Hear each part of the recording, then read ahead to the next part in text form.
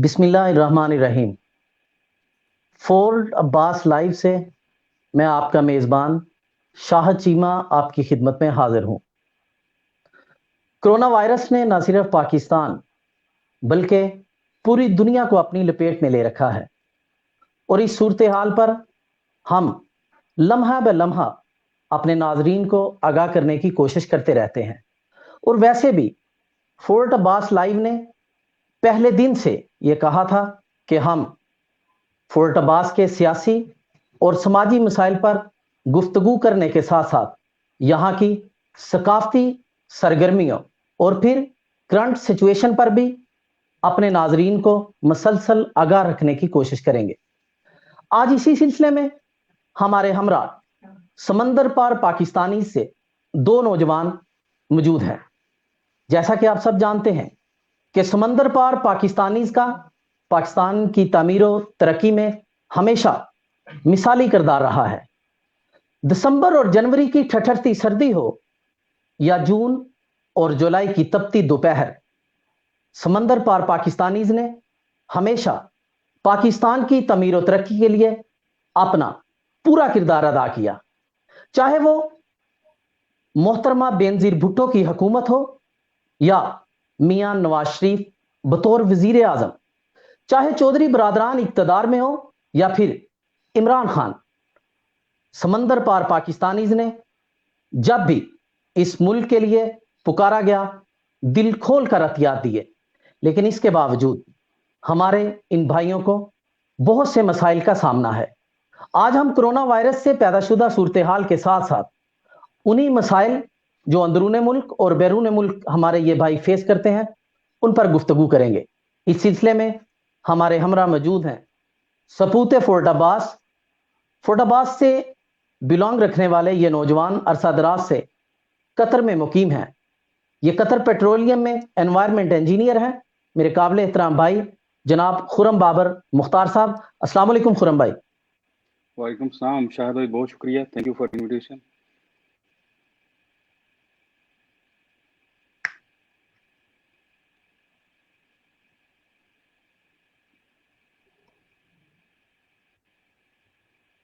हमारे दूसरे मेहमान हैं दुबई से, यहीं खिचीवाला के मजाफात से बिलोंग करते हैं। नौजवान, एनर्जेटिक और सियासी और समाजी सरगर्मियों में हमेशा बड़ा फाल किरदार अदा किया और ख़ास तौर पर मैं जिन्हें हमेशा इलाके के मसाइल के लिए सरे गर्दा अपनी आवाज़ उठाने में बरसरे पैकार देखता हूँ, मेरे भाई अली रज़ा साहब। अस्सलाम वालेकुम अली भाई। वालेकुम सलाम शाहिद भाई, बहुत शुक्रिया इनवाइट करने के लिए।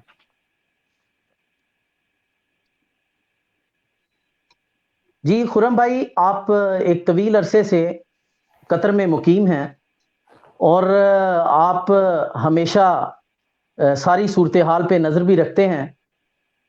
कोरोना वायरस से पाकिस्तान और तकरीबन पूरी दुनिया ही मुतासर हुई है। तो मैं आपसे ये पूछना चाहता हूं कि कोरोना वायरस से पैदा होने वाली इस मखदूश सूरत हाल में जहां पर आप मुकीम हैं या बाकी दुनिया पे आपकी नज़र है, आप दुनिया के काफ़ी ममालिक में भी गए हैं, तो क्या तमाम तबकात को ही कोरोना वायरस ने अपनी लपेट में लिया है और इससे लोग किस हद तक मुतासर हुए हैं? जी शाहिद भाई, बहुत शुक्रिया। फर्स्ट ऑफ ऑल मैं आपको बहुत मुबारक दूंगा कि आपने एक बड़ा अच्छा प्लेटफॉर्म अपने इलाके के लोगों के लिए क्रिएट करवाया है। इससे लोगों को इन्फॉर्मेशन मिलेगी, उनको नॉलेज मिलेगा। आप जो गेस्ट बुलाते हैं, मैं प्रोग्राम आपको फॉलो करता रहा हूँ पहले भी, तो ये एक अच्छा प्लेटफॉर्म है लोगों के लिए। तो जैसे आपने बात की ओवरसीज पाकिस्तानी के लिए, तो ओवरसीज पाकिस्तानी जब आप बात करें परसेंटेज की, तो खलीज के अंदर या गल्फ के अंदर सबसे ज़्यादा जो क्वांटिटी है वो ओवरसीज पाकिस्तानी की यहाँ पे मौजूद है। बाकी जो हमारे पाकिस्तानी हैं यूरोपियन यूनियन के कंट्रीज़ के अंदर हैं, अमेरिका के अंदर हैं, लैटिन अमेरिका में हैं, वो परसेंटेज कम है उन लोगों की। लेकिन जो ज़्यादा आप कह लें लोग हैं वो इस रीजन के अंदर ही हैं, जिसमें कतर है, सऊदी अरब है, यूएई है, कुवैत में थोड़ा कम है, ओमान है। इन इन कंट्रीज़ के अंदर ज़्यादा लोग हैं हमारे। तो यहाँ पे जो आप मेजर बात करें तो 3 तरह के लोग हैं हमारे साथ। यहाँ पे ब्लू कलर जॉब्स करने वाले लोग हैं, ब्लू कॉलर के अंदर आप डिफरेंट टाइप के देख लें, जो लोग लेबर के अंदर आते हैं, जो कंस्ट्रक्शन वर्कर्स हैं, जो ड्राइवर्स हैं, वो एक स्लॉट है हमारी। सेकेंडली हमारे जो आप कह लें कि प्रोफेशनल्स हैं, जिनमें इंजीनियर्स आते हैं, डॉक्टर्स आते हैं, पैरामेडिक स्टाफ कुछ बहुत कम आता है लेकिन थोड़ा बहुत कोई आता है, और ये इस तरह के लोग हैं, अकाउंट्स के लोग हैं, वो आईटी से रिलेटेड हैं कुछ लोग, ये आप सेकंड स्लॉट कह लें, लेकिन ये कुछ 10% मतलब प्लस एंड माइनस कह लें आप हैं। फिर थर्ड क्राइटेरिया है जो बिजनेसमैन है, यहाँ पे जो छोटे बिजनेसमैन हैं या थोड़े बड़े बिजनेसमैन हैं। तो ये तीन तरह की कैटेगरीज में आप कह लें कि लोग यहाँ पे हमारे काम करते हैं। तो इस कोरोना से, इस कोविड-19 से जो मेजर इम्पैक्ट हुआ है, वो हमारी जो लेबर क्लास के लोग थे, जो कंस्ट्रक्शन से रिलेटेड हैं। जैसे आप देखें कतर के अंदर जो जॉब्स कर रहे हैं लोग, या यूएई के अंदर जॉब कर रहे हैं, या इवन सऊदीया में भी, वो ज़्यादातर कंस्ट्रक्शन इंडस्ट्री से लिंक हैं, इनडायरेक्टली या डायरेक्टली। तो उन लोगों को बहुत इम्पैक्ट आया है। उन लोगों ने की जॉब्स बहुत ज़्यादा अफेक्ट हुई हैं। ज़ाहिर है लोग जो छोटी कंपनीज थी, वो उसको सस्टेन नहीं कर सकी। इवन गवर्नमेंट्स ने दे ट्राई टू उनको सपोर्ट करने की, लेकिन फिर भी जो है वो इम्पैक्ट इतना था कि आप मंथ्स तक लोगों को सैलरीज नहीं दे सकते। बैठा के काम बंद हैं, लॉकडाउन है, लोग कंस्ट्रक्शन साइट्स नहीं चल रही, तो लोगों को आपने कहाँ से पे करना है? आपके जो ओपेक्स हैं या आपके रनिंग चार्जेस हैं, वो तो चलने हैं। तो वो कैसे आपने पे करने हैं उन लोगों को? तो उससे ज़ाहिर है कंपनीज फिर डिफरेंट टाइप की पॉलिसीज अपनाती रही हैं। कुछ कंपनीज ले ऑफ करती रही हैं, कुछ कंपनीज ने लॉन्ग टर्म लीव पे लोगों को भेज दिया है, कुछ कंपनीज ने उनको कहा है कि भाई ये आप शॉर्ट टाइम अपनी मतलब 6 मंथ के लिए या 1 ईयर के लिए आपकी सैलरीज हाफ कर दी जाएंगी, तो उस पर आप सस्टेन सस्टेन कर सकते हैं तो रुके, नहीं तो आप जा सकते हैं। तो इससे हम सारी ही लोग बहुत मुतासर हुए हैं। इवन जो बहुत डेवलप कंट्रीज थे, जैसे कतर, मतलब दे क्लेम कि they are the richest country in the world per capita में अगर देखें इनकम, तो इस कंट्री को भी बहुत इफेक्ट हुआ है इससे, क्योंकि ये इनकी मेजर जो प्रोडक्ट है ऑयल एंड गैस एक्सपोर्ट है। तो ऑयल एंड गैस का एक्सपोर्ट का बिजनेस पूरी तरह पे दुनिया में बंद हुआ है, क्योंकि एविएशन इंडस्ट्री बंद है, ट्रैफिक बंद है, तो ऑयल एंड गैस कहाँ पे यूज होगी? तो इन ये सारी खुरम चीजों से भाई, आप। जो आप ये oil G and G. Gas की बात कर रहे हैं, तो कतर तो इसका मरकज है, और ये पाकिस्तान में गुज़श्ता कोई 24 घंटे से एकदम जो पेट्रोल के रेट में इजाफा हुआ है, और ये पाकिस्तानी 25 रुपए की जो है इसमें इंक्रीज हुई है प्राइस। तो ये क्या कोई पूरी आलमी मंडी में ये सिलसिला है, या ये सिर्फ पाकिस्तान की हद तक है? इस सिलसिले में आप क्या कहेंगे, क्योंकि आपका तो खालिस्तान ताल्लुक भी कतर पेट्रोलियम से है और आप इस सिलसिले को अच्छी तरह समझते हैं। अच्छा, उसमें थोड़ा मैं आपका टाइम लूंगा लोगों को थोड़ा समझाने के लिए भी कि हमारे अंदर एक हम मतलब बेसिकली थोड़ा हाइपर जल्दी हो जाते हैं चीज़ों को देख के। आप अगर अगर सिचुएशन देखें तो मैं हम डायरेक्टली इफेक्टेड हैं जो ऑयल प्राइसेस कम होने से। कतर पेट्रोलियम का बिजनेस, मेजर बिजनेस ये है, गैस एक्सपोर्ट है और ऑयल है। तो हम इम्पेक्टेड हैं इस इंडस्ट्री से, तो हमें पता है कि कैसे इसकी प्राइसेस लगती हैं, कैसे इसके आप अगर आप देखें तो जनवरी के अंदर जब से लॉकडाउन पूरी दुनिया के अंदर स्टार्ट हुए हैं, शुरू होना, उसके बाद फरवरी के अंदर डिप आई है इसके अंदर ऑयल प्राइसेस के अंदर। मतलब प्राइसेस कंटिन्यूसली जो इंटरनेशनल प्राइसेस हैं, इसमें दो तरह के प्राइसेस हैं जो मेन आप फिक्स करते हैं। एक डब्ल्यूटीआई प्राइसेस है, दूसरा ब्रेंट क्रूड ऑयल है। जो हमारा वाला रीजन है, हम ब्रेंट क्रूड ऑयल को जो है आप कह लें कि लेते हैं। ब्रेंट क्रूड की प्राइस जो फरवरी के अंदर आप देखें तो $20 के करीब चली गई थी। फिर आस्ता आस्ता आस्ता ये मई अप्रैल मार्च अप्रैल भी इसी तरह 25 26 28 डॉलर तक रही। उसके बाद मई के अंदर जैसे लॉकडाउन कुछ कंट्रीज के अंदर ओपन होना शुरू हुए, तो देन ये क्योंकि ये सप्लाई एंड डिमांड पे चलता है, ऑयल की प्राइसेस फिक्स नहीं होती। इसके 3 मंथ रनिंग कॉन्ट्रैक्ट्स होते हैं। जैसे क्यूपी अगर ऑयल एक्सपोर्ट करता है, तो आपके जो नेक्स्ट 3 महीने के कॉन्ट्रैक्ट्स होते हैं वो होने होते हैं।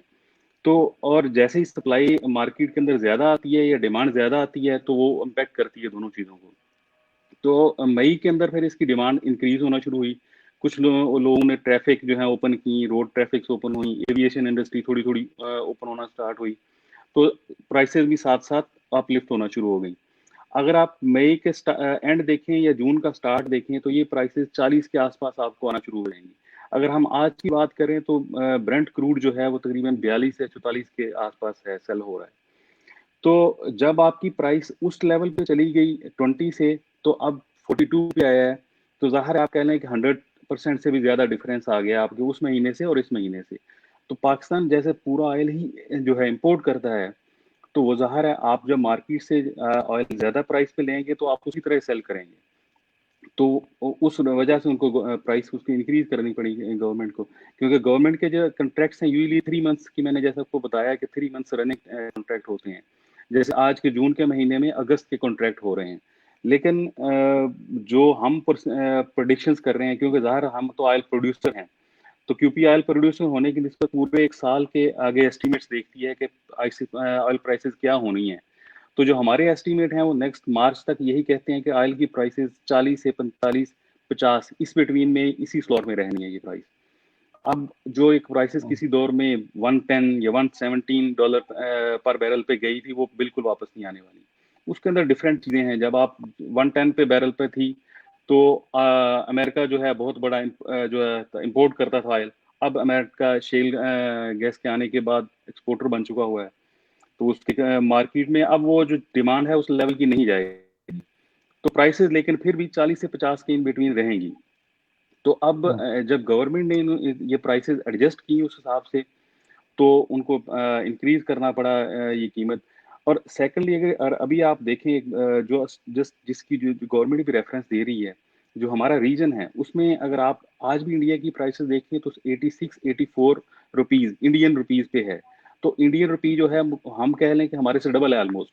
अगर आप सिंपली उसको मल्टीप्लाई बाय 2 कर लें तो आप देखेंगे 170 के करीब उनकी प्राइस है जो हमारे पाकिस्तानी रुपी में इंडिया की।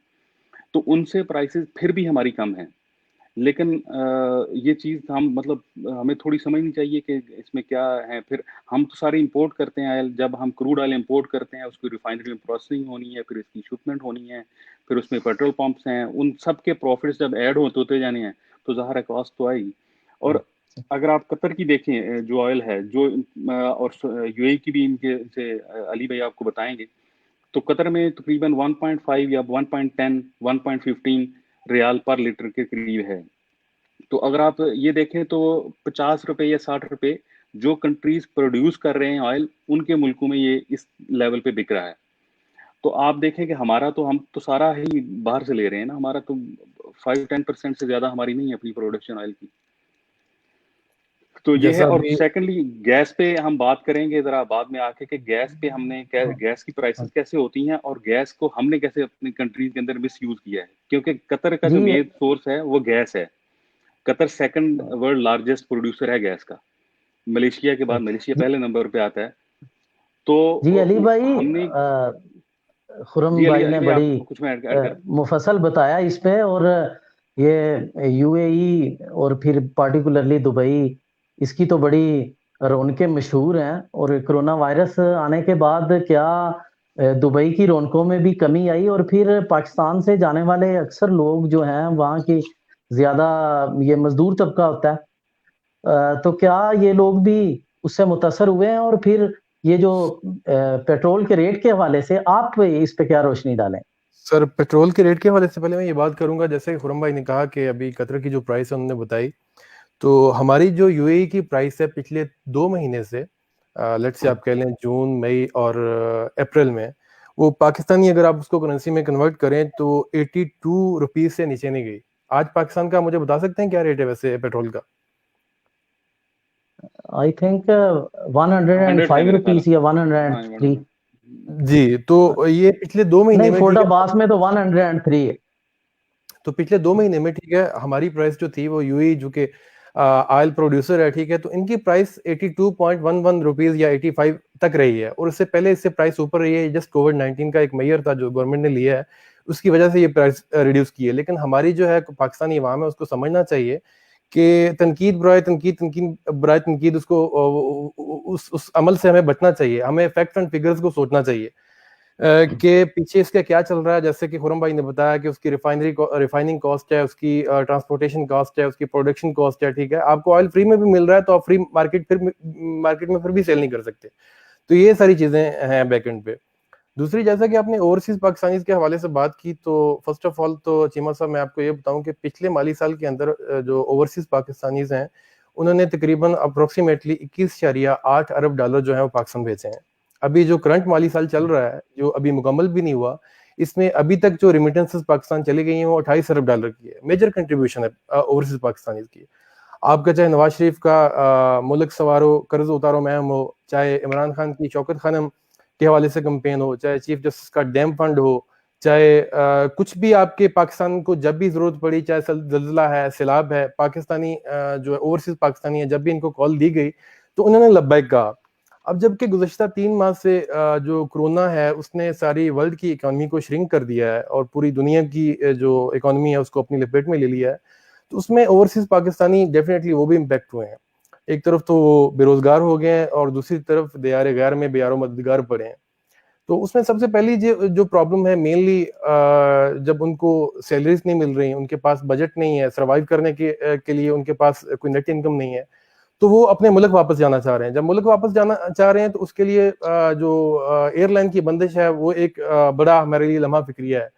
एयरलाइन की बंदिश जब खत्म हुई है अब जबकि, तो पीआईए ने जो यकतरफा कराया पहले दुबई से कराची का अप्रोक्सीमेटली 300 दिरहम भी होता था, 400 दिरहम भी होता था, तो कुछ माफियाज ने एम्बेसीज के साथ मिली भगत के साथ वो कराया जो है वो टिकटें 2000, 2500, 3000 तक उनकी प्राइस पे पहुंचा दी है, जो कि हमारे लिए एक बहुत बड़ा, यानी कि लेबर क्लास जिसकी सैलरी बेचारे की 1000 दिरहम है, मुझे बताएं ठीक है वो 3 मंथ की सैलरी किधर से लेके आएगा पाकिस्तान जाने के लिए? तो ये एक बड़ा लम्हा फिक्रिया है। तो बात यहीं पे खत्म नहीं हो जाती। जब यहाँ से पाकिस्तान जाते हैं तो आपने एक क्वारंटाइन की फैसिलिटी इंट्रोड्यूस करवा दी है, हर बंदे का वहां पे टेस्ट होगा। आपको पता है कि हमारी अखलाकी इकदार इस कदर गिर चुकी हैं कि पाकिस्तान में रिश्वत के बगैर कोई काम नहीं होता। तो लोगों को वहां पे नेगेटिव कोरोना टेस्ट देने के लिए उनसे डिमांड की जा रही है कि इतने पैसे दे दो तो हम आपको जाने देंगे। अगर वो पैसे नहीं देते तो उनका कोरोना टेस्ट पॉजिटिव डिक्लेयर कर देते हैं और उसके बाद जो क्वारंटाइन की फैसिलिटी है उसमें आपको होटल की फीस भी खुद पे करनी है, होटल का जो रेंट है। तो मुझे बताएं कि जब भी पाकिस्तानियों को कॉल दी गई, पाकिस्तानियों ने लब्बैक कहा, पाकिस्तानियों ने अपना जो भी कंट्रीब्यूशन हो सकती है वो की, तो सारी गवर्नमेंट जितनी भी आज तक आई हैं वो उनने बड़े दावे किए हैं, जी हम ये कर देंगे वो कर देंगे पाकिस्तानियों के लिए, ओवरसीज पाकिस्तानियों को ये दे देंगे वो दे देंगे, लेकिन प्रैक्टिकली आज तक किसी ने कुछ नहीं किया। नहीं, अली प्रैक्टिकली भाई आपने जो बात की है, तो मैं आपसे ये पूछना चाहता हूँ कि ये जो सारे मामलात हैं आपकी राय में who is the responsible for that, के पाकिस्तानी जो इस वक्त इक्तदार में पार्टी है उनकी तरफ से तो बड़े दावे किए जाते हैं दयानतदारी और ईमानदारी के, लेकिन अगर एयरपोर्ट पे आने वाले एक ओवरसीज के साथ ये सलूक हो रहा है तो इसका जिम्मेदार आप क्या इन लोगों को, हुक्मरानों को समझते हैं या ये यहाँ आवे का आवा ही बिगड़ा हुआ है? सर आवे का आवा ही बिगड़ा हुआ है। जैसे अभी इस ट्रांसमिशन से पहले अभी मैं खुरम भाई से बात कर रहा था, इनसे पूछिए कि जब आप पाकिस्तान में जाते हैं, आप एयरपोर्ट पे एंटर होते हैं तो आपको लगता है कि आप एक डिफरेंट दुनिया में आ गए हैं। ठीक है, आपके कपड़े तक उतारने की कोशिश की जाती है, आपको इस नजर से देखते हैं कि जैसे ये कोई अछूत ज्यादा बंदा जो है हमारे मुल्क में आ गया है। तो सिटिंग गवर्नमेंट डेफिनेटली रिस्पॉन्सिबल है। अब मैं आपको एक बात बताऊं कि ये जो वर्कर यहाँ से जो गए हैं पाकिस्तान में, वो बेचारे यहाँ पे मोबाइल यूज कर रहे थे। आप बेसिक रिस्पॉन्सिबिलिटीज जो उनकी बेसिक जो उनकी फंडामेंटल नीड्स हैं आप उनको समझने की कोशिश करें। अब जो पाकिस्तानी गवर्नमेंट ने जो टैक्स इंप्लीमेंट किया है कि बाहर से आप मोबाइल लेके आओ, जितने का मोबाइल है 2 महीने के बाद नहीं तो वो बंद हो जाएगा। मुझे बताएं ये वर्कर्स जो बेचारे ठीक है यहाँ पे मोबाइल यूज कर रहे थे, अब 2 महीने के बाद वो पाकिस्तान जाएंगे उनका तो मोबाइल भी बंद हो जाएगा। चलिए नवाज शरीफ अच्छा था बुरा था जैसा भी था, जैसे निजाम चल रहा था वो चलने दे रहा था, लेकिन पीटीआई की हुकूमत ने रेवेन्यू जनरेशन की खातिर ऐसे ऐसे टैक्स इंप्लीमेंट कर दिए हैं जो कि समझ से बालादर है। अब एक फोन मैं यहाँ के लिए खरीदूं, एक फोन मैं पाकिस्तान के लिए खरीदूं, क्योंकि 60 दिन के बाद मेरा फोन तो बंद हो जाएगा। मैं एक दफा पाकिस्तान जाऊंगा, दूसरी दफा पाकिस्तान जाऊंगा, तीसरी दफा मैं क्या करूंगा, मुझे ये बताएं। चलो मैं तो अफोर्ड कर सकता हूँ, लेकिन जो लेबर क्लास है यहाँ पे, आपको मजदूर की सैलरी सर पता कितनी है लेबर क्लास की, जो खुरम भाई बता रहे थे, वो आपको ब्रीफ करेंगे बाद में। यहाँ पे जो एवरेज सैलरी है एक कंस्ट्रक्शन क्लास की वो 1000 दिरहम है। 1000 दिरहम में उसने खाना भी खाना है, उसने पानी भी, उसने अपनी चाय भी पीनी है, उसने अपनी बेसिक नेसेसिटीज भी लेनी है, उसने अपने कपड़े भी लेने हैं, उसने 1000 दिरहम में से अपने घर पैसे भी भेजने हैं। तो क्या यहाँ पे कमाएगा और क्या घर भेजेगा, मुझे ये बताएं आप। और उसके बाद उनको फैसिलिटेट करने के लिए मुझे ये बताएं कोई एक स्टेप बता दें जो पीटीआई की हुकूमत ने ओवरसीज पाकिस्तानीज के लिए लिया हो। अभी ये बोल रहे हैं कि जी आप एक काम करें, 1 करोड़ रुपया दें, ठीक है, तो हम आपको ये प्लाट देते हैं। यार ओवरसीज पाकिस्तानीज का दिमाग खराब है कि इनके जो प्लाट दे रहे हैं, ठीक है, जो गवर्नमेंट की जमीन पड़ी हुई है फार बियॉन्ड सिटीज होके और रिमोट एरियाज में, वहां पे वो प्लाट काट के ओवरसीज पाकिस्तानियों को ये बेवकूफ बना लेंगे, तो ये नहीं बना सकते। खुरम भाई, जैसे अली भाई कह रहे हैं, तो ये जो अभी सिलसिला चल रहा है, हमारे जो हुक्मरान है इमरान खान साहब जब से इक्तदार में आए हैं, इससे पहले तो हम सुनते रहे हैं, तो इनके इक्तदार में आने के बाद जो ओवरसीज पाकिस्तानीज हैं, इनके जो प्रॉब्लम्स हैं उनके सोल्यूशन के लिए जो एम्बेसीज हैं और हाई कमीशंस हैं, इनके इश्यूज को हैंडलिंग करने में कोई आप लोगों के साथ ताउन करते हैं, या वो सिलसिला जिस तरह पहले से चल रहा था उसी तरह चल रहा है? अच्छा, यहाँ पे क्या कतर के अंदर शायद भी तकरीबन कोई 170 कह लें, 170-180,000 पाकिस्तानी हैं यहाँ पे कतर के अंदर। तो यहाँ पे पाकिस्तानी की कम्युनिटी उस लेवल की बड़ी नहीं है जैसे यूएई के अंदर है या आप कह लें सऊदी के अंदर है। तो यहाँ का कमीशन एक तो हमारा मतलब हम चीज़ें सिस्टमेटिक करना ही नहीं चाहते ओवरऑल ही। आप एम्बेसी से पूछ के देखें कि उसके पास कितने पाकिस्तानीज़ हैं यहाँ, उनकी कोई कॉन्टैक्ट डिटेल्स हैं, उनके कोई वेयर अबाउट्स हैं, कहाँ रह रहे हैं, कोई डाटा आपको नहीं मिलेगा वहाँ से। वहाँ पे एक नाइकॉप सिस्टम भी है था पहले, वो भी उसको थोड़ा कम कर दिया गया, ख़त्म किया गया। देन एक प्रोटेक्टर लगता था वहाँ पे, लेकिन वो सिर्फ़ एम्प्लॉयड जो हैं उनको लगता है, फैमिलीज़ अगर आ रही हैं तो उनकी काउंटिंग नहीं है कोई। तो ये सारी चीज़ें पता ही नहीं है एम्बेसी को कि बंदे हमारे यहाँ पे हैं कितने। जबकि आप उनके अलावा दूसरी एम्बेसी यहाँ कंपेयर करें, जैसे मैं फ़िलिपीन की एम्बेसी की मिसाल दूँगा। मतलब उनकी एम्बेसी वेल कम्युनिकेटेड है होती है अपनी लोगों के साथ, उनके क्या प्रॉब्लम्स हैं, उनके साथ हर एक थ्रू एसएमएस, थ्रू ईमेल्स उनके साथ कॉन्टैक्ट में होती हैं। फिर किसी एम्प्लॉयी को उनके सैलरी नहीं मिली, वो अपने हाई कमीशन में जाएगा कि मुझे सैलरी नहीं मिल रही, मेरा एम्प्लॉयर ये तंग कर रहा है, क्योंकि ये लोगों के यहाँ पे बहुत बड़े मसाइल हैं। गवर्नमेंट ने सैलरी प्रोटेक्शन सिस्टम बनाए हुए हैं, लेकिन जब बात कॉन्ट्रैक्टर्स पे आती है, सब कॉन्ट्रैक्टर पे आती है, तो बहुत सारी छोटी कंपनी जो हैं, जिसमें हमारी ज़्यादा लोग हैं, तो वो उनको सैलरी कई-कई महीने बेचारों को नहीं देते, 3-3 4-4 महीने तक उनको पे नहीं होता। तो आप एक देखें, बंदा एक बाहर रह रहा है घर से, उसने खाना-पीना है, उसके पीछे फैमिली है, उसके बच्चे हैं, कैसे वो सर्वाइव करेगा? तो ये हमारा हाई कमीशन या अपना एम्बेसी जो है, उनका रोल बहुत लीन होता है इस तरह में, और ये पहले से इसी तरीके से चलता आ रहा है। अब थोड़ी-थोड़ी चीज़ों के अंदर, जैसे आप कह लें कि एक नादरा ने इम्प्रूवमेंट की थी जो निसार के दौर में, आई थिंक ये ओवरसीज़ पाकिस्तानी की जो पासपोर्ट रिन्यूअल होने लग गई थी, वो एक अच्छी इम्प्रूवमेंट है। उसके अलावा जब तक हम ई सिस्टम्स पे नहीं जाएँगे, इलेक्ट्रॉनिक सिस्टम पे नहीं जाएँगे, डेटाबेस मैनेजमेंट पे नहीं जाएँगे, तो चीज़ें मुश्किल से हल होंगी।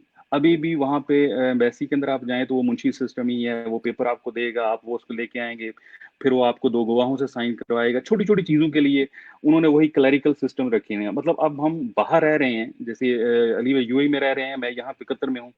तो अब यहाँ पे इनकी एमओआई जो मिनिस्ट्री ऑफ इंटीरियर्स हैं, उनके सिस्टम्स आप देखें, फुली इलेक्ट्रॉनिकल सिस्टम है। आपको कुछ भी चाहिए, आपकी मेट्रास की एप्लीकेशंस हैं मोबाइल पे बनी हुई, आप वहाँ से पे कर सकते हैं, वहाँ से ले सकते हैं, घर पे आपकी चीज़ें डिलीवर हो जाएँगी।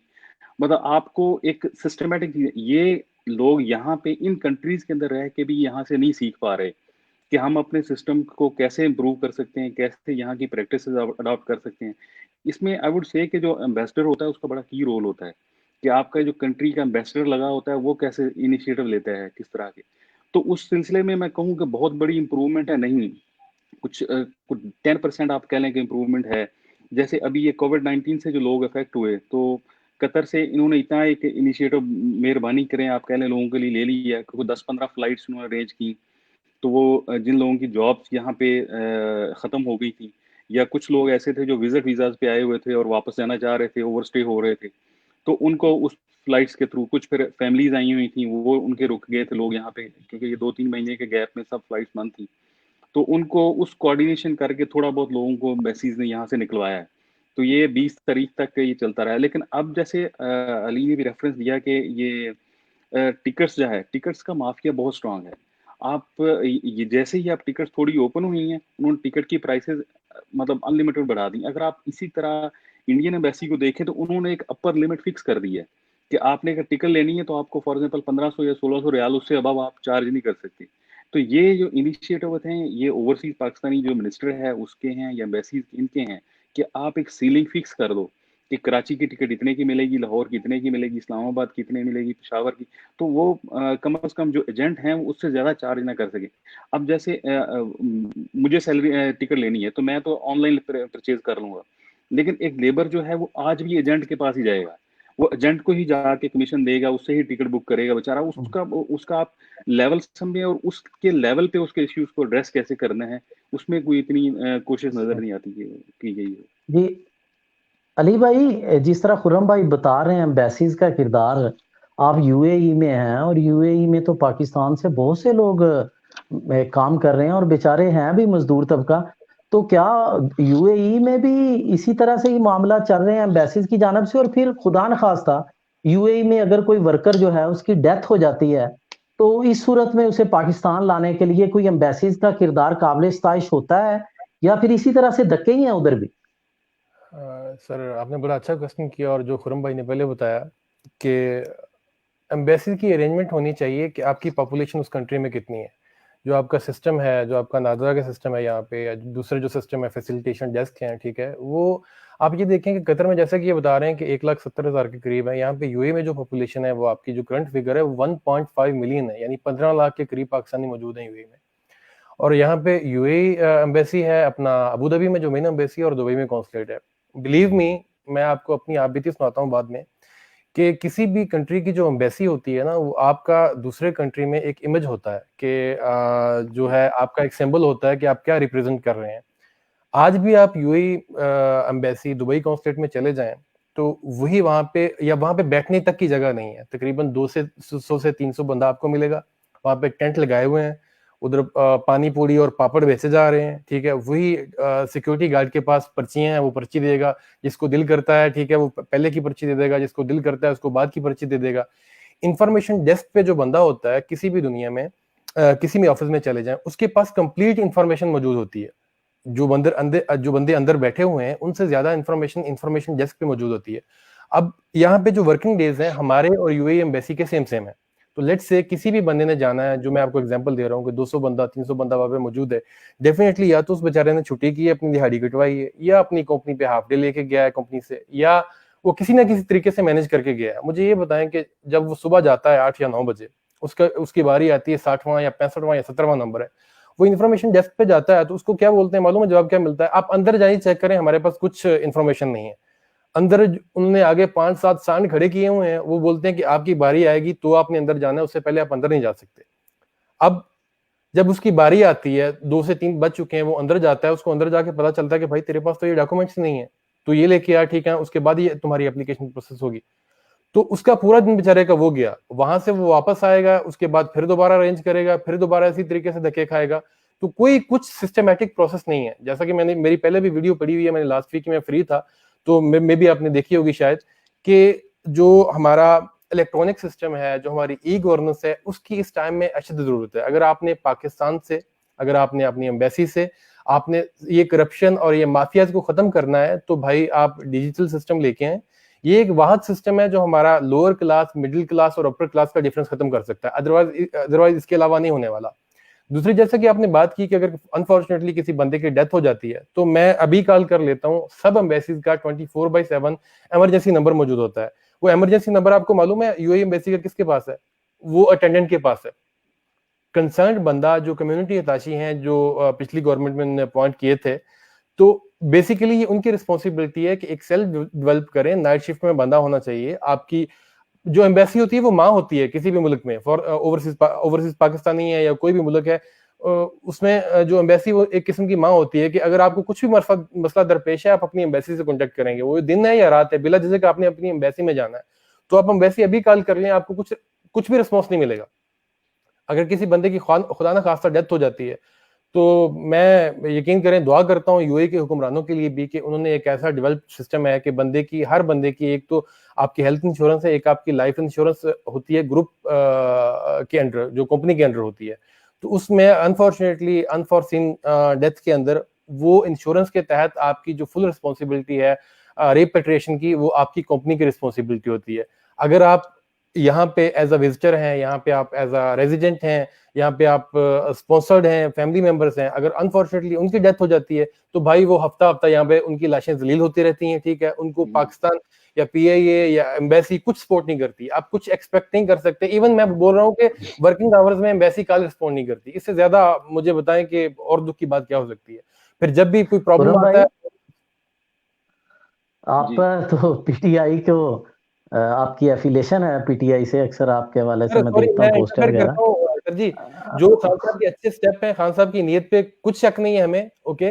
पीटीआई की गवर्नमेंट जो है वो पाकिस्तान में जो पिछली गवर्नमेंट्स हैं, जो कोविड-19 का रिलीफ मेजर है, जो अब दूसरी चीजें देख लें, सिटीजन पोर्टल का इनिशिएटिव है, उस पे कुछ एक्शंस लिए जाते हैं, तो जो डिफरेंट काम उन्होंने किए हैं हम उस पे सपोर्ट करते हैं। मैं खुद पीटीआई का सपोर्टर हूँ, लेकिन जो काम नहीं कर रहे हमारा हक है कि हम तनकीद करेंगे। हम वो नुनिया नहीं पटवारी सही करके बैठे रहेंगे।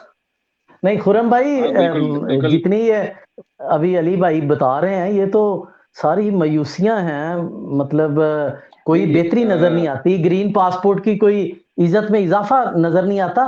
तो how how we will come out of this situation, या इसी तरह ये सारे मामला चलते रहेंगे? इमरान खान की हुकूमत आने के बाद भी कोई बेहतरी नजर नहीं आ रही। नहीं, बेहतरी ये है कि शायद भाई इसमें जो जैसे हम पहले बात कर रहे थे कि ये चीज़ें एक तो हमें खुद एज़ ए नेशन भी चेंज होना है, हमें भी अपना रवैया देखना है। हम अगर मैं कतर एयरपोर्ट पे या दुबई एयरपोर्ट पे हम निकलते हैं तो हम एक प्रॉपर लाइन बना के सिस्टमैटिक तरीके से बड़े सुलझे हुए तरीके से खड़े रहेंगे। 1-1 घंटा भी खड़ा होना पड़ेगा तो हम पेशेंस से खड़े रहेंगे। वही मैं हूँ, जो हम लाहौर एयरपोर्ट पे उतरेंगे तो हमारा एक एटीट्यूड ही डिफरेंट हो जाएगा। तो हम मतलब हम एक समझेंगे शायद हम आज़ाद हो गए हैं या कुछ इस तरह आ गए हैं। हम उस सिस्टम खुद भी फ़ॉलो नहीं करना चाहते। इसमें हुक्मरान ज़ाहिर है एक रोल है उनका भी। लेकिन हमारा अपना भी एक रोल है इंडिविजुअल लेवल पे कि हमने अपने आप को कैसे सही करना है। हमने अपने अभी तक जो पाकिस्तानीज़ हैं कुछ अब इम्प्रूवमेंट आ रही है लेकिन हुंडी के थ्रू पैसे भेजने या और शॉर्टकट्स हैं इस तरीके से, तो लोग वो भी अडॉप्ट कर रहे हैं। तो इसमें डेफ़िनेटली इमरान खान ने थोड़ी इम्प्रूवमेंट कुछ लेके आने की कोशिश की। इसमें मैं जो इनकी कहूँगा कि कम से कम ये है कि अप्रोचेबल है, थोड़ा आप कह लें अकाउंटेबल है, अगर कोई बात कर रहे हो तो सुनी जा सकती है। कुछ उससे पूछा जाता है तो वो उसका जवाब दे सकता है कि मैं गलत क्यों किया है, ये गलत गलत है तो उसको यू टर्न ले लें, आप उसको जो मर्ज़ी कह लें। ट्राई करता है कि करेक्ट हो जाएँ चीज़ें। पहले तो ये लेवल था कि हम अगर गलत कर भी जाते थे तो हम उसको मतलब फिक्स थे, हमें अपने उससे पीछे नहीं हटना। तो ये चीज़ें थोड़ी इम्प्रूव आई हैं, लेकिन उसमें इम्प्रूवमेंट कैसे आ सकती थी कि लोग अब उसके पास देखें मेजॉरिटी नहीं है। जब गवर्नमेंट में मेजॉरिटी नहीं है तो आपके सारे अलाइज़ आपके साथ हैं। आपको तो एक-एक सीट वाला बंदा जो है वो भी धमकी देता है कि मेरा ये काम ना हुआ, मुझे यहाँ से पैसे ना मिले, ये फंड ना मिले तो मैं तो कैबिनेट से अलग हूँ। तो आप इतनी लीन मेजॉरिटी के साथ जब प्रोविंस के अंदर या फेडरल के अंदर आप हैं, आपको उनको साथ लेके चलना है और फिर वहाँ पे आप माफियाज़ देख लें, कोई एक माफिया उठा लें, आप प्रॉपर्टी माफिया उठा लें, आप शुगर का उठा लें, आप ये ऑयल देख लें, ऑयल टैंकर्स वाले देख लें, आप अभी पायलट्स की हम बात अगर करें तो ये जो डिग्री जाली वाले बंदे निकले 150 बंदा, अब इनका पेल्पा का देख लें आप, पेल्पा एक बहुत बड़ा माफिया है। स्टील आप वो बहुत बड़ा माफिया, अब वहाँ से एम्प्लॉयी निकाल के तो देखें आप कैसे उनके सस्टेनेबल बनाएँगे, कैसे उन अदारों को सस्टेनेबल बनाएँगे जबकि उनके ऑपरेशनल चार्जेज़ या ऑपरेशनल कॉस्ट ही बहुत ज़्यादा हैं। तो वो एक-एक अदारा आप कोई उठा के देख लें, उसके अंदर आपको एक ह्यूज यूनियंस नज़र आएँगी, जो कि गवर्नमेंट को हर तरीके से ब्लैकमेल करती हैं और आप लाहौर की अगर बात करते हैं, तो लाहौर में इलेक्ट्रॉनिक्स माफिया देख लें आप, अगर आबद मार्केट में या उस एरिया में आप जाते हैं, कोई बंदा टैक्स देने को तैयार नहीं है। उनको आप कहें आप अपनी रजिस्ट्रेशन करा लें, वो रजिस्टर्ड होने के लिए तैयार नहीं है। उनको कहें आप फिक्स आपको टैक्स लग जाएगा, वो नहीं है तैयार। वहाँ पे हड़तालें करेंगे, वहाँ पे टायर जलाएँगे, मार्केटें बंद कर देंगे। वो जो मार्केटें बंद करके बड़े ताजर हैं, उनको कोई इम्पैक्ट नहीं आएगा। लेकिन हमारे जो कॉमन मैन है, वो बेचारा जो मरेगा उसके लिए, जो नारे लगाएगा उसके लिए, उसको इम्पैक्ट आना है। लेकिन ये पूरी चीज़ें ही लोगों की खराब हुई हैं, तो इसमें मेरा नहीं ख्याल कि ये 5 साल के अंदर भी कोई बहुत बड़ी इम्प्रूवमेंट ला सके। हाँ, एक चेंज का आप कह लें कि फर्स्ट स्टेप हो सकता है या एक एक इनिशिएटिव हो सकता है कि वो ले सके। उससे फर्दर बहुत मुश्किल है कि उससे उम्मीद रखना कि ये कर जी पाएगा। अली भाई, रात यहीं फोर्ट बास लाइव से प्रोग्राम हमारे दूसरे होस्ट जो हैं आमिर भाई, उन्होंने किया यहाँ के मजदूर जो थे, लीडर्स थे, उनके हवाले से। तो उन बेचारों का तो कोई पुरसाने हाल नहीं, यहाँ उन्हें कोई पूछने वाला नहीं, उनकी कोई रजिस्ट्रेशन नहीं। और यहाँ यूएई में पाकिस्तान से जाने वाले जो इस किस्म के लोग हैं, उनके हवाले से मैं आपसे पूछना चाहता हूँ कि क्या उनका कोई वहाँ मुनज़्ज़म सिस्टम इस तरह का मौजूद है? उन्हें कोई मेडिकल की फैसिलिटी, या खुदा न खास्ता उनके साथ कोई इस तरह का मसला कोई हो जाए, इस सूरत में उनकी कोई कंपनसेशन, इस तरह के कोई मामलात दुबई गवर्नमेंट की जानब से किए जाते हैं मज़दूरों के साथ? सर मैं बिल्कुल वही अभी जैसे मैंने पहले बात की कि एक आपकी इस मुल्क में जो सबसे बड़ा अच्छा निज़ाम है, आप मेरी पिछली पोस्ट भी चेक करें। मैं अपनी बात बताता हूँ कि लास्ट ईयर में मेरा छोटा-सा इश्यू था, मैं हॉस्पिटल गया। मेरा जो पाकिस्तानी रुपीज़ में अगर कन्वर्ट करें तो जो बिल बना मेरे ख्याल में को 35,000 बना, यानी ऑन स्पॉट आउट पेशेंट का। तो उसमें से जो मैं पे किए, मैंने 700 रुपए पाकिस्तानी पे किए, बाकी 34,000 के करीब जो बिल था वो इस मुल्क के निज़ाम ने पे किया, इस मुल्क की जो इंश्योरेंस कंपनीज है उन्होंने पे किया।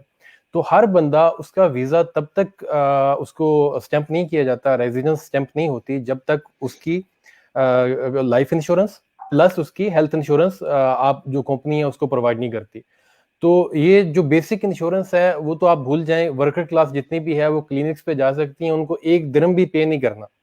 कोई भी आपका इशू हो जाता है, आपने इन पेशेंट है वो तो फुली कवर्ड है, आउट पेशेंट पे भी आपने 1 रुपया पे नहीं करना, आपकी जो भी बीमारी है वो कवर्ड होगी। उसमें कुछ स्पेसिफिक एक्सक्लूजन होती हैं जो डेफिनेटली, जैसे डेंटल की फैसिलिटी है वो यहाँ पे थोड़ी सी एक्सपेंसिव है, आइज की फैसिलिटी है वो थोड़ी सी एक्सपेंसिव है।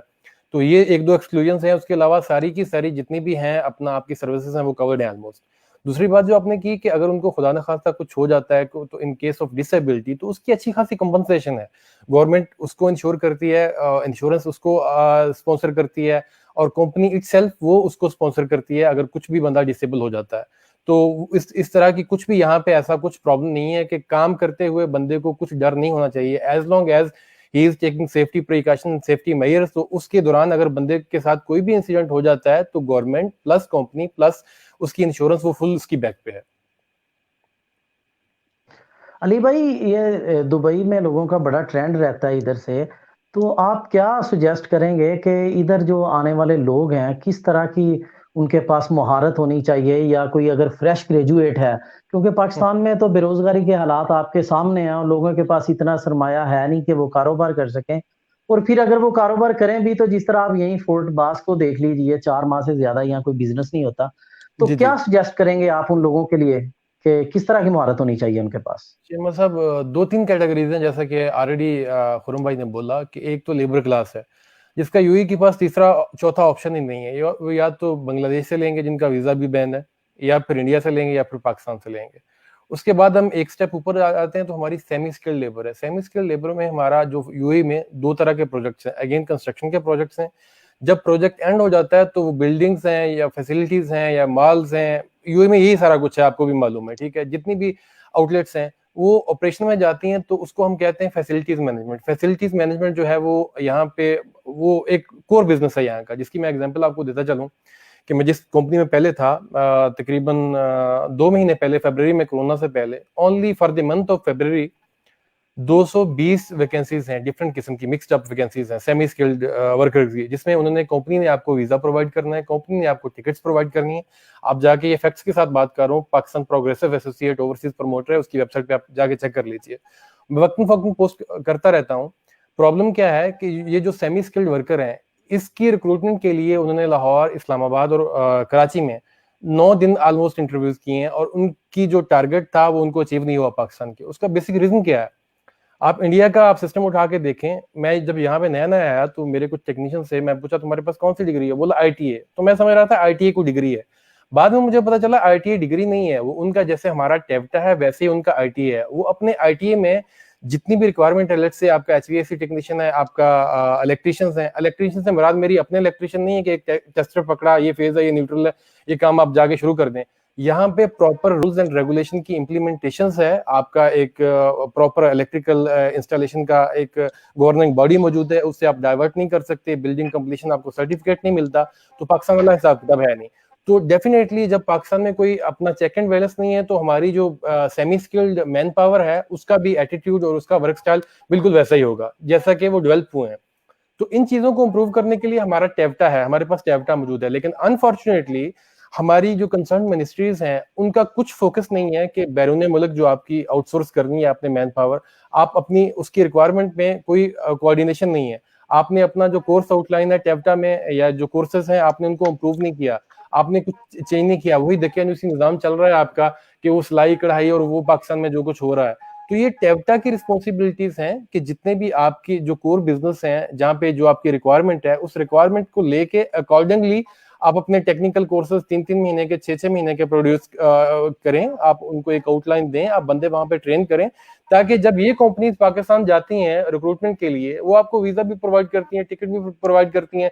तो डेफिनेटली चीमा साहब, मैंने भी घर का मुलाजिम रखना है, अगर सफाई करने के लिए उसको सफाई नहीं करनी आती तो मैं अपनी जेब से पैसे दे के उसको रख के वो जस्ट टाइम वेस्ट नहीं करूंगा। ये दुनिया आजकल माइक्रो फाइनेंसिंग हो रही है, मुझे एक 10 रुपए इन्वेस्ट करने से 12 रुपए का फायदा होगा तो मैं तो ही रखूंगा, अदरवाइज मैं बंदा नहीं रखूंगा।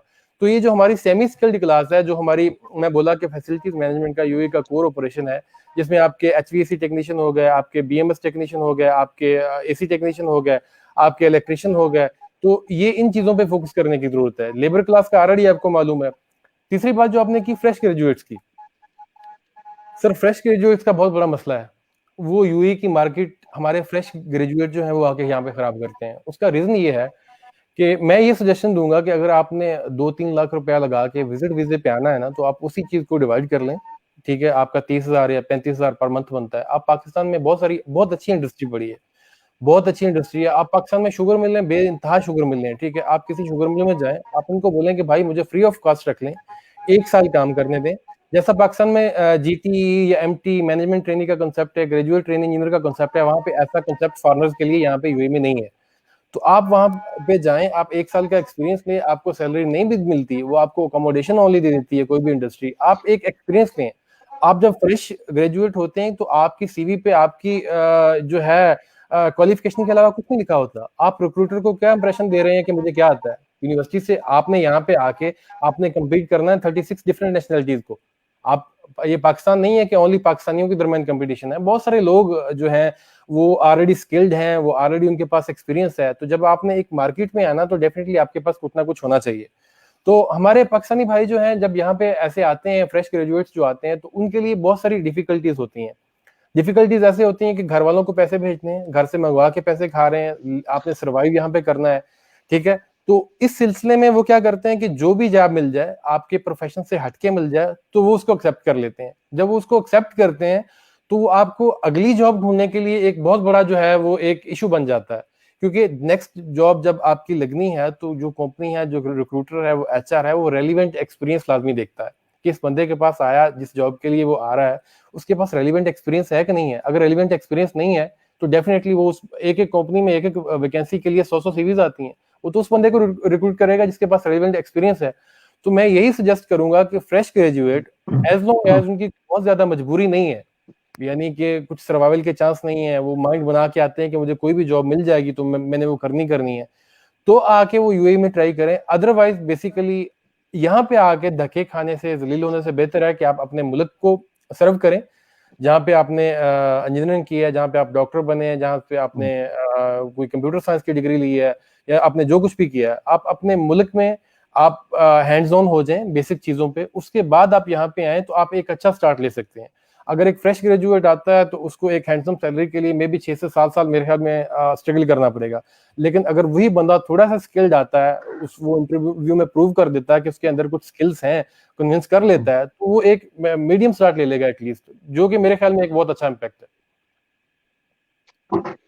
अच्छा शाहिद भाई, यही अली भाई की बात को कंटिन्यू करते हुए इसी चीज के अंदर अगर आप जी देखें तो खुरम हमारी भाई, जो अली भाई जी जिस तरह बता रहे हैं यूएई के हवाले से,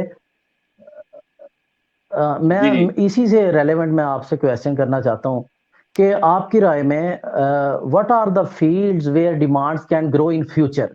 ये तो करंट सिचुएशन की अली भाई ने बात की। मैं आपसे ये पूछना चाहता हूँ कि आने वाले जो वक्त है उसमें कोई ऐसी सूरत हाल में आप क्या सुजेस्ट करेंगे कि जहाँ पे नौजवान पार्टिकुलरली कोई पूरी तवज्जो दें और उनके लिए कोई स्कोप मौजूद हो। अच्छा, इसमें मैं वही एक बात पहले वाली रिपीट करूंगा उनकी अली भाई की, कि जो चीज़ है ना हमारी सेमी स्किल, हम या तो वहाँ से पाकिस्तान से जब आ रहे हैं तो दो तरह की कैटेगरीज हैं, या तो हमारे लेबर में आते हैं लोग, या बिल्कुल जो डॉक्टर्स हैं या इंजीनियर्स आ रहे हैं।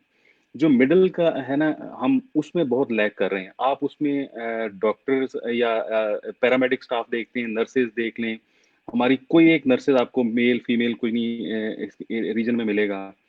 तो हम जो आपके टेक्नीशियंस हैं वो उस लेवल का आपको कोई नहीं मिलेगा। बेशक आप ऑयल एंड गैस देख लें या कंस्ट्रक्शन इंडस्ट्री देख लें, हम हमारा अच्छा लोग या तो वो डॉक्टर या इंजीनियर बनना चाहता है, या फिर वो बिल्कुल काम छोड़ के कुछ और करना चाहता है। हमें ये दरमियान वाली स्लॉट को मजबूत करना बहुत ज़रूरी है। आप फिलिपीन देख लें, आप इंडिया देख लें, वहाँ से ये जो स्लॉट है ना उनकी बिटवीन स्लॉट, क्योंकि मेजॉरिटी आपकी इस स्लॉट में आने हैं। मेजर जो लोग हैं वो काम करने वाले इस एरिया जगह पे हैं। ये जो लोग हैं हमारे पास वो कम है। हमारा टेप्टा एक इंस्टीट्यूट है, उसके मेरे यूनिवर्सिटी फेलो हैं हाफिज साहब, वो आजकल मेरा चेयरमैन है पंजाब के। लेकिन वो टेप्टा जो है उसको भी उस तरीके से इम्प्रूव नहीं हम कर पाए कि एक प्रोफेशनल स्किल्स दे। वो आपको ज़रूरी नहीं आपने का बच्चा फॉर एग्जांपल उसने मैट्रिक किया है, 2 साल वो टेप्टा के साथ लगा के कहीं कारपेंटर की डिग्री ले लेता है, मास्टर इसकी मेसन्स में बन जाता है, वो उसमें एग्जैक्टली। इंस्ट्रूमेंटेशन में आ जाता है, इलेक्ट्रिशियंस में आ जाता है, वो उसको बड़ी वेटेज देगा। आप देखेंगे 4-5 साल के अंदर वो उस चीज़ में बहुत ज़्यादा आगे निकल जाएगा, क्योंकि उसकी थिंकिंग और एक नॉर्मल जो आप इलेक्ट्रिशियन कहीं देखते हैं, उसकी थिंकिंग में, उसकी समझने की, वो ड्राइंग पढ़ सकता है, ड्राइंग उसको साइट पे वेरीफाई कर सकता है। तो ये चीज़ें उसमें डिफरेंट होंगी, जो कि आपका नॉर्मल एक इलेक्ट्रिशियन से। तो हम वहाँ पे बहुत लैग करते हैं। गवर्नमेंट को भी जो पॉलिटेक्निकल इंस्टीट्यूट्स हैं, इनके ऊपर फोकस करने की बहुत ज़रूरत है। आपको इस जो मेजर अपनी स्लॉट है, उसको उठाने की बहुत ज़रूरत है कि लोगों को आप मोटिवेट करें कि वो लोग टेक्निकल स्किल्स के अंदर आगे जाएँ। फिर आप जो बात कर रहे हैं कि ये कोरोना कैसे इम्पैक्ट करेगा, तो कोरोना ने डेफिनेटली जो मेजर इसकी इम्पैक्ट इंडस्ट्रीज हैं वो तो एविएशन है, एयर इंडस्ट्री जो है। देन उसके अलावा आप बात करें टूरिज्म इंडस्ट्री, जैसे दुबई का जो बिजनेस है टूरिज्म से रिलेटेड है, टोटली मैक्सिमम उनकी जो है इनकम दुबई की वो टूरिज्म से है। जो अबू धाबी है उनके पास ऑयल एंड गैस के रिजर्वायर्स हैं, लेकिन जो दुबई है वो टूरिज्म बेस्ड कंट्री है, तो वहाँ पे बहुत इफेक्ट आएगा इसकी। होटल इंडस्ट्रीज के अंदर बहुत इफेक्ट आएगा इसके अंदर। टूरिस्ट नहीं आएगा तो वो पूरा फिर उसके अंदर ये जो ड्राइवर्स हैं हमारे, आप यूएई में देखें तो मैक्सिमम ड्राइवर जो हैं टैक्सीज के वो पाकिस्तानी हैं, वो उन पे अफेक्ट आएगा। तो आप जो इससे कोरोना से मर्ज करेंगे इंडस्ट्रीज, उसमें 4-5 हैं। ऑनलाइन बिजनेसेस जो हैं, आईटी इंडस्ट्री जो है, कॉमर्स जो है, इंफॉर्मेशन टेक्नोलॉजी आप डेवलपमेंट है, फॉर एग्जांपल एसएपी डेवलपमेंट है और ओरेकल के अंदर है, उसकी डेवलपमेंट के अंदर कंपनीज जो हैं वो ज्यादा जाएंगी। फिर इवन बहुत बड़े-बड़े जो शॉपिंग रिटेल मार्ट्स हैं, वो भी ऑनलाइन सॉल्यूशंस दे रहे हैं लोगों को कि आपको घर से बाहर निकलना ना पड़े, आप घर से ही ग्रोसरी खरीद लो। तो ये जो बिज़नेस है, ये इम्प्रूव करेगा, ये ग्रो करेगा। फिर हेल्थ एंड हाइजीन का जो प्रोफ़ेशन है, ये इसके अंदर डेफ़िनिटली ब बहुत इम्प्रूवमेंट आएगी और इसमें बहुत इन्वेस्टमेंट भी कह लें आप, एजुकेशन के बहुत चांसेज़ हैं, वर्ल्ड वाइड ही। हर जगह पे ही इस फ़ील्ड की डिमांड इंक्रीज़ होनी ही होनी है। फिर बायोटेक्नोलॉजी या आप जो रिसर्च के स्टूडेंट्स हैं उनके अंदर उनकी डिमांड इंक्रीज होगी। तो ये चीज़ें हैं जिसके अंदर हम हमारे जो यंगस्टर्स हैं, जो नौजवान आ रहे हैं, जैसे एक ग्रेजुएट्स की बात कर रहे थे, तो हम अगर ओवरसीज में पाकिस्तानी में देखते हैं तो हमें अपनी सिर्फ एक कंपनी जो ऑयल एंड गैस में है, डेस्कॉन है, नजर आती, जो कि वहां से ग्रेजुएट ट्रेनी या ट्रेनी इंजीनियर रिक्रूट करते हैं और यहाँ पे उनको आके जॉब देते हैं। तो इस तरह की हमारे पास बहुत कम है। आपको कोई 1-2 मिसाल मिलेगी जो जो फ्रेश को वहाँ से लेते हैं, रिक्रूट करते हैं, ट्रेन करते हैं, बाद में ओवरसीज़ उनको भेज देते हैं। जबकि बाकी कंट्रीज़ के अंदर आपको देखें ना, मैं 2-3 मिसालें आपको दूँ। जैसे एक लुलु, अली भाई को पता है, वो पूरे इस गल्फ में ऑपरेट करता है। जी। लुलु का आप बिज़नेस देखें तो मल्टी डायमेंशनल बिज़नेस है। मतलब वो बंदा जो यूसुफ इनका मालिक है, वो क्लेम करता है कि वो $5 बिलियन का इम्पोर्ट का जो है सामान वो इंडिया से लेके आता है गल्फ के अंदर। आप इससे देखें कि किस तरीके से मल्टीपल आप बेनिफिट वो अपनी कंट्री को दे रहा है। मैं अपने पॉलिटिशियंस को इस पे ब्लेम नहीं करना चाहता। आप पैसे पाकिस्तान से चोरी करके लेते आते, लेकिन कोई 1-2 इंस्टीट्यूट इस तरह का बना लेते, जिसमें आप पाकिस्तान को इनडायरेक्टली फ़ायदा दे देते। वहाँ से आप हराम ही लेके आए हो, लेकिन फिर भी कुछ एग्जैक्टली। इस तरह का बना जाते हैं, जिससे लोगों को फ़ायदा दे जाते हैं। आप ये लुलु की मिसाल अगर लें, तो 40-50 हज़ार बंदा उसने एम्प्लॉय किया हुआ है, जो इंडियन मैक्सिमम इंडियंस है इसके अंदर। फिर आप वो देखें 40-50 हज़ार बंदा अपने जो रिटर्न भेजेगा, 40-50 हज़ार फैमिली उससे बेनिफिट लेगी। $5 बिलियन वहाँ से वो सामान लेके आता है, वहाँ पे इंडस्ट्री जो है वो ग्रो करेगी, फिर वही ये पैसा वापस वहाँ जाएगा। तो इससे एक मल्टीफ़ोल्ड बेनिफिट्स उस कंट्री को मिल रहे हैं। फिर अगर आप हॉस्पिटल्स में अगर देखें, तो इंडिया की डिफरेंट चेन्स आपको मिलेंगी, जैसे आस्टर नाम का एक है। अच्छा, जी। आस्टर के आप देखें तो एक फुल चेन है, उसका अपना वहाँ पे नर्सिंग हॉस्पिटल है, वहाँ से वो नर्सेज जो है उनको पढ़ाते हैं, वहाँ बाद में उनको एम्प्लॉयमेंट के लिए गल्फ के अंदर लेके आते हैं, डॉक्टर्स को लेते लेके आते हैं वहाँ से, यहाँ से पैसा। मतलब आप लोगों की थिंकिंग चेक करेंगे, अपनी सोसाइटी को, अपनी कंट्री को किस तरीके से बेनिफिट देना चाहते हैं वो लोग। यहाँ से अर्न करेंगे और वापस भेजेंगे अपने मुल्कों को। तो ये जो सोच थी हमारे पाकिस्तानी, जिन लोगों ने पैसा इतना यहाँ पे लेके आए हैं गल्फ के अंदर, बिल्कुल भी नहीं की उन्होंने इस चीज को। अगर वहां से कोई दुबई में पैसा लेके आया तो उसने क्या किया, कोई कोई जो है एक बिल्डिंग खरीद ली है, कोई उसने अपार्टमेंट खरीद ली है, वहां से वो रेंट है वो लेके खा रहा है। वो कम से कम तुम पैसा लेके आए हो तो यहाँ पे वो तो कर जाते हैं, जिससे कुछ लोगों का फायदा हो जाता। तो जिस तरीके से भी अच्छा या बुरे तरीके से लेके आए हो पैसा, तो कम से कम इनडायरेक्टली लोगों को फ़ायदा कर जाते। तो इन चीज़ों में हमें पाकिस्तानी को देखने की बहुत ज़रूरत है कि हम अपने यहाँ पे कंपनीज़ कैसे डेवलप कर रहे हैं। अगर आपने यहाँ पे भी इन्वेस्टमेंट करनी है, तो वो करें जिससे आप लोगों को फ़ायदा दे सकते हैं, लोगों को एम्प्लॉयमेंट दे सकते हैं, लोगों को रोज़गार दे सकते हैं आप। अली भाई, आप यहाँ सेटल हैं अरसा दराज से, तो चूंकि वक्त भी बस कोई 10 मिनट बाकी हैं, मेरा आपसे क्वेश्चन ये है कि कोई पाकिस्तान से अगर लोग इधर शिफ्ट होना चाहते हैं कारोबार के सिलसिले में, तो आपकी राय में कोई पाकिस्तान में ऐसी ओवरसीज एजेंसी है कि जिस पे वो एतमाद कर सकें और रिलायबल लोग हों?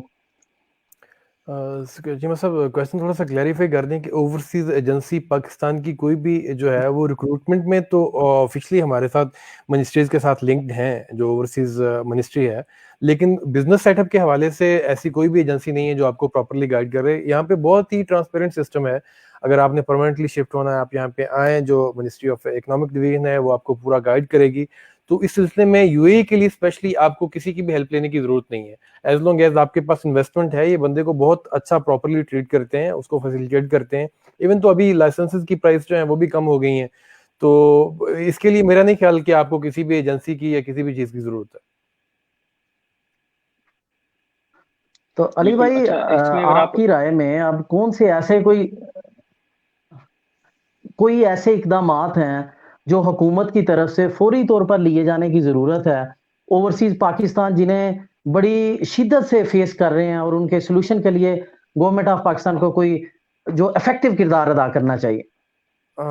शायद भाई, ओवरसीज पाकिस्तानीज के मसाइल कुछ स्पेशली अलग नहीं है। हम भी पाकिस्तानी हैं, जो मसाइल पाकिस्तानियों के हैं हम ओवरसीज पाकिस्तानियों के मसाइल भी ऑलमोस्ट वही हैं। हम नहीं कहते कि हमें कोई स्पेशल मखलूक ट्रीट करें, ये हमें पाकिस्तानी ही ट्रीट करें, लेकिन खुदारा जो पाकिस्तानी है उसको एज अ ह्यूमन इंसान ट्रीट करें। आप प्लीज, जो जिल्लत अमेज सलूक हमारे पब्लिक ऑफिस में हमारे भाइयों के साथ, हमारे बहनों के साथ, हमारी माओ के साथ, वो आप मैं सिंपल सी एग्जांपल देता हूँ कि आप नादरा ऑफिस चले जाएं, भावल नगर आप पासपोर्ट ऑफिस चले जाएं, आप ही ने पोस्ट लगाई हुई थी मेरे ख्याल में 2018 की जी जी। बात मैं बताता हूँ कि मैं यहाँ पे चूंकि कुछ ईद की छुट्टियां मैच हो रही थी, मैंने जॉब चेंज की, मैं पासपोर्ट रिन्यू करवाने के लिए पाकिस्तान गया, क्योंकि वहां पे 4 दिन में आ जाता है। मैं यहाँ से ट्रेवल किया, 60-70 हजार का टिकट लिया, मैं सीधा इस्लामाबाद गया, इस्लामाबाद से भावल नगर, और उधर जाके जब मैं फीस पे की तो बाहर एजेंट मुझे बोलता है कि आप ना प्लीज काइंडली 1,000 रुपए मुझे दे दें, आपका टाइम वेस्ट नहीं होगा, तो मैं साइन कर देता हूँ। बोला भाई कौन से साइन, आप एक काम करें, मुझे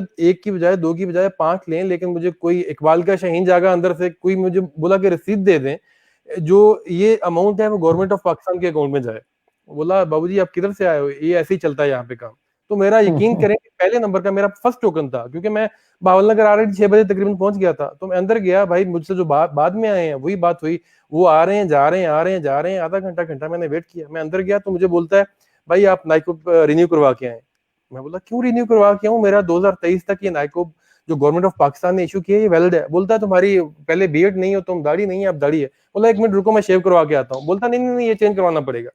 मैं वहां से क्लिक किया कि इसको अब पैसे चाहिए, तो बोलता है कि आप एक काम करें, एडी साहब आएंगे तो आप उनका वेट करें। एडी साहब 10 बज गए, एडी साहब अपने घर से नहीं आए, उनका 2IC बैठा है। वो बोलता है मैं केस नहीं ले सकता।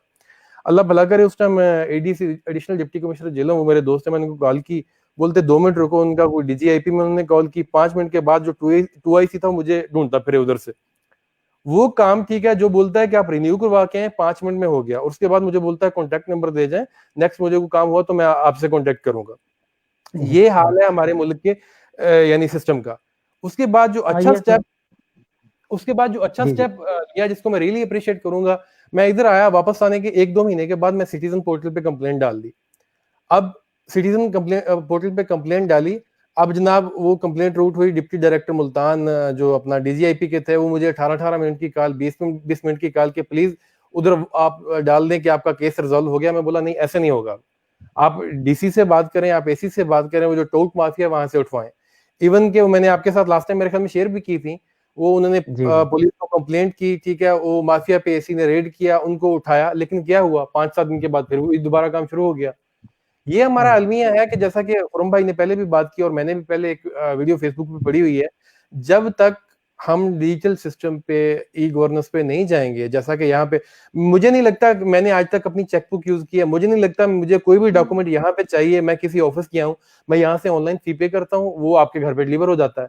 कुछ भी चाहिए XYZ ABC, जब तक हम अपने डिजिटल चैनल को, रिसोर्सेज को यूज नहीं करेंगे, service delivery, service level agreement को फॉलो नहीं करेंगे, तब तक कुछ नहीं हो सकता।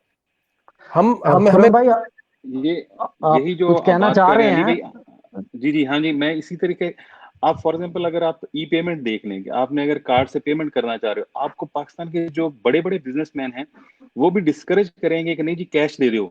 मतलब हम उस पे जाना ही नहीं चाहते, क्योंकि हम मनी, जो अपना पैसा है उस मनी टेल के अंदर लेके नहीं आना चाहते, वो बैंकिंग चैनल में आए, FDR को पता चले, हम उस मुसीबत में ही नहीं पड़ना चाहते। वो लोग आपको, मतलब जो काम आप कह लें कि करोड़ों में काम कर रहे हैं लोग, वो भी आपको कैश पे काम कर रहे हैं। जब तक आप ये सिस्टम नहीं रखेंगे कि आपने भाई एक सर्टन लिमिट से ज्यादा कुछ भी परचेज करना है तो आपको इलेक्ट्रॉनिक सिस्टम के थ्रू करना पड़ेगा, आपका पैसा खुद ही चैनल होना शुरू हो जाएगा। उसमें ज़ाहिर है टाइम लगेगा, लोगों को थोड़ी दिक्कत भी होगी कि अभी भी आप जाएँ कहीं पे तो बंदा एक कोई लेबर का बेचारा आता है कि मेरे पास, मैंने ये फीस पे करनी, कार्ड नहीं है। लेकिन आपको वो टाइम के साथ-साथ ये चीज़ें इंप्रूव हो जाएँगी। जब तक लेकिन आप वो फर्स्ट स्टेप नहीं लेंगे कि लोगों को ई-पेमेंट पे लेके आएँ, तो ये मुश्किल हो जाएगा। आपको पैसा, आपको पता ही नहीं चलेगा पैसा कौन कितना जनरेट कर रहा है, वो आपके सिस्टम के अंदर ही नहीं लेके आएगा, कभी भी नहीं लेके आएगा। उसको तो आसानी है कि वो कैश ले और कैश दे, दैट्स इट।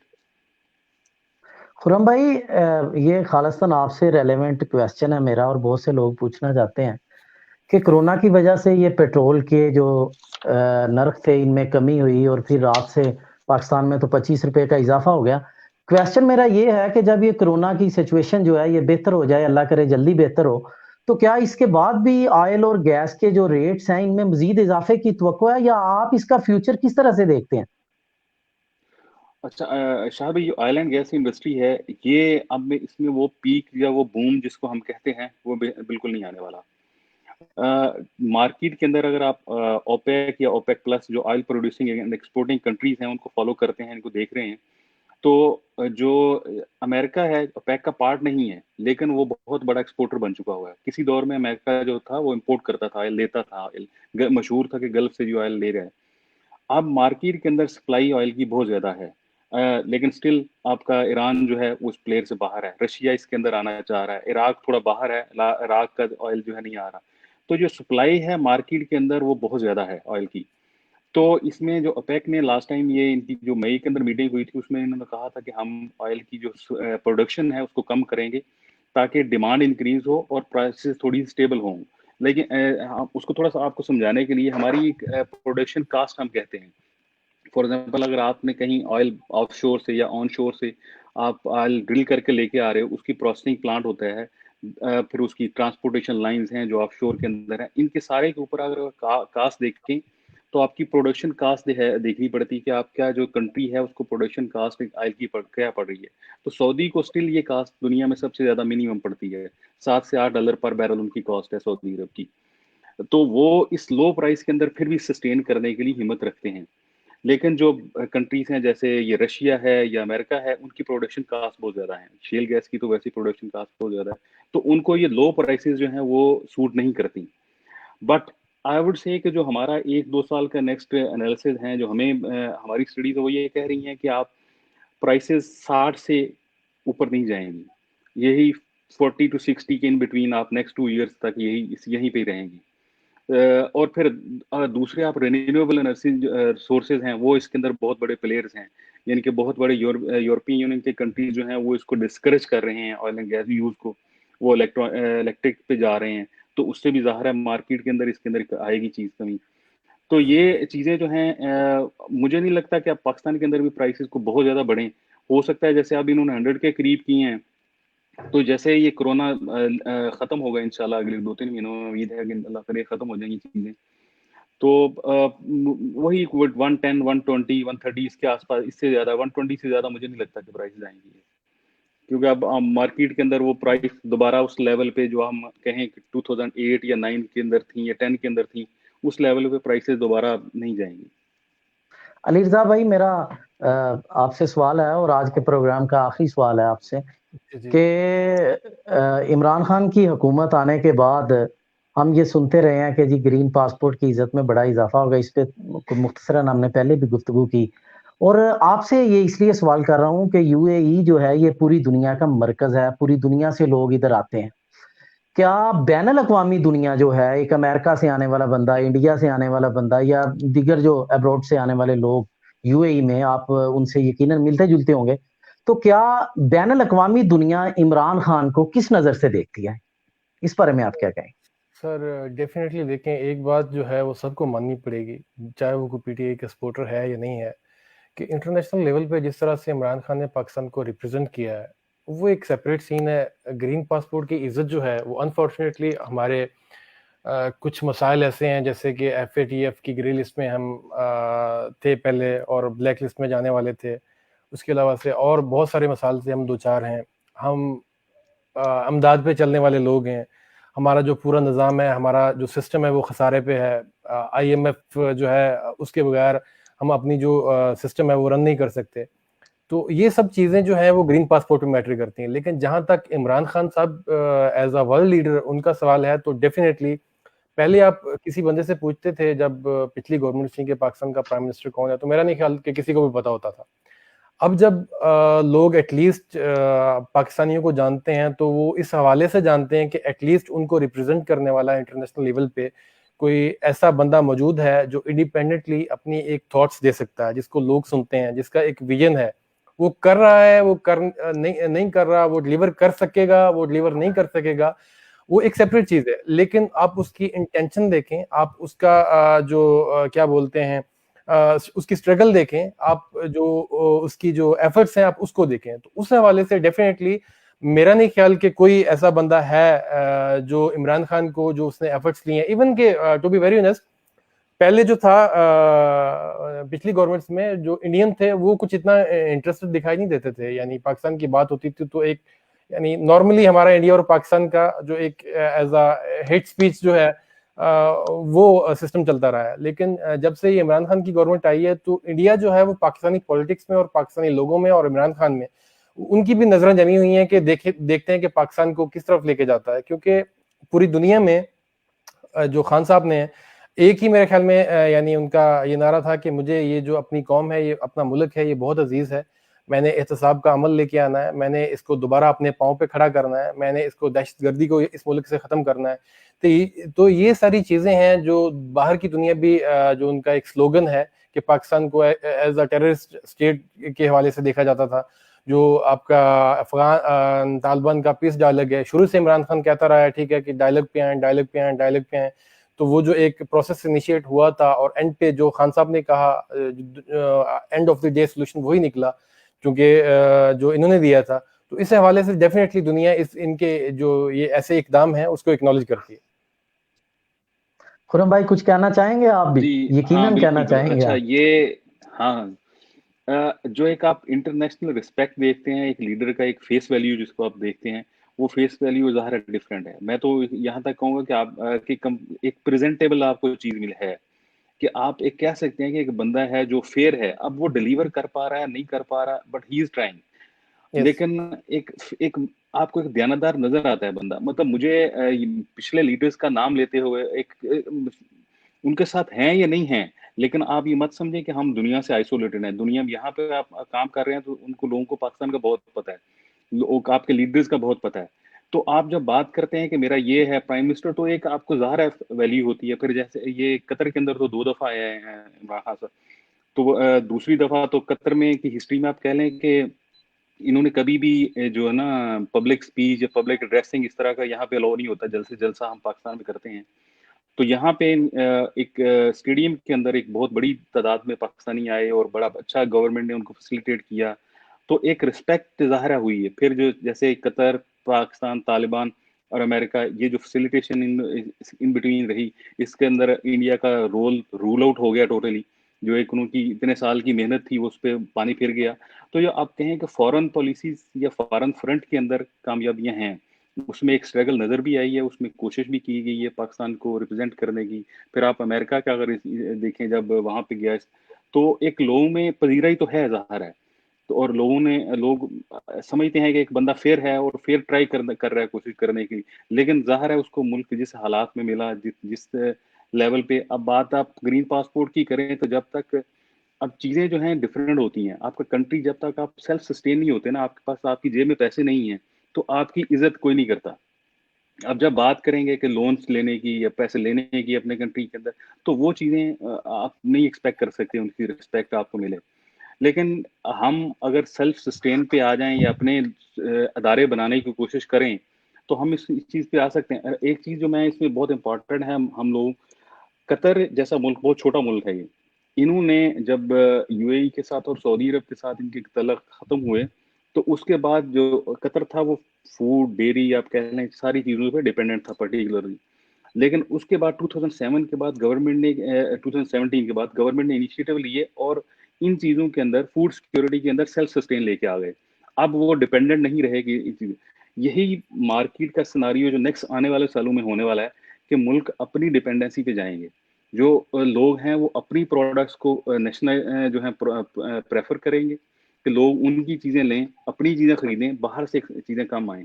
तो हमें भी एज़ ए कंट्री ये चीज़ें सोचनी पड़ेंगी कि हम अपनी प्रोडक्ट्स को वैल्यू दें, उनके अंदर म्यार बढ़ाएँ। अगर जैसे हमने एक्सपोर्ट करनी है मिडल ईस्ट के अंदर, तो चीज़ों के अंदर उनका म्यार बढ़ाएँ कि हम इंटरनेशनल मार्केट में वो प्रेज़ेंट कर पाएँ, वो मुकाबला कर पाएँ, क्योंकि यहाँ पे एक कॉम्पिटिशन है। आपका कॉम्पिटिशन वहाँ पे तो अपने मुल्क के साथ है, यहाँ पे आपका मतलब आप हंड्रेड्स कंट्रीज़ के साथ कॉम्पिटिशन करके अपनी प्रोडक्ट लेके आएँगे। तो जब तक आपकी प्रोडक्ट की वैल्यू नहीं है, तो वो मार्केट में आपको कोई नहीं एंटर होने देगा। तो यही दुआ है और जी, यही बहुत है कि शुक्रिया। इंशाल्लाह कोशिश करें। आज के प्रोग्राम में हमारे मुअज़्ज़ज़ मेहमान थे कतर से हमारे काबिल एहतराम environment engineer Qatar petroleum Khurram Babar Mukhtar Sahab, और दुबई से हमारे हमरा मौजूद थे काबिल एहतराम भाई Ali Raza, operation engineer Dubai investment. समंदर पार पाकिस्तानी और पाकिस्तान से जाने वाले लोगों की स्किल के हवाले से हमने गुफ्तगू की। मेरी दुआ है अल्लाह ताला हम सबको अपने हिफ्ज़ व अमान में रखे। अपना और अपनों का बहुत ख्याल रखिएगा। अल्लाह हाफ़िज़। अल्लाह अल्लाह हाफ़िज़। अस्सलाम हाफ़िज़। वालेकुम। वालेकुम।